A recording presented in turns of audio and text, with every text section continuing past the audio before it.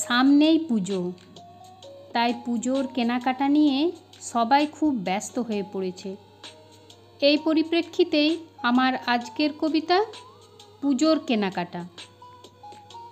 পুজোর আগে মা বলল, চলো বাজারে যাই, নতুন শাড়ি কিনতে হবে, লিস্টটা দেখি তাই।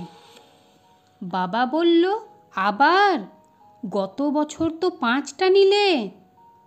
মা রেগে বলে, ওগুলো সব পুরনো, সবগুলোই কি তুমি দিলে?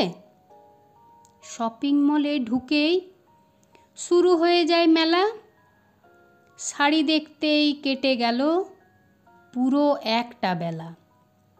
বাবা তখন বেজায় ক্লান্ত মুখে বিরক্তি ঝরে, মনে মনে ভাবে, শাড়ি নিয়ে এত ভাবনা কার ঘরে?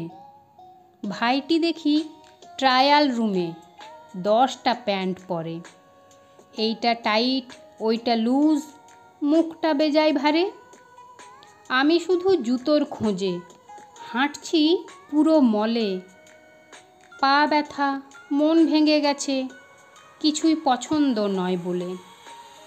অবশেষে কেনা হলো, সব ব্যাগে ব্যাগে ঠাসা।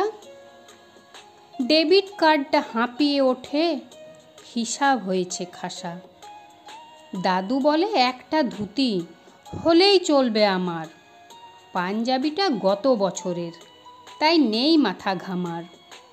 বাড়ির সকল লোকের পুজোর কেনাকাটা যত। বাবা বলে, আর চাই কি কারো, নিয়েছো যে যার মতো। আর ঠাম্মি বলে, আমার চাই শুধু একটাই জিনিস, খই মুড়কি লাড্ডু নাড়ু, তবে এই পুজোর ফিনিশ।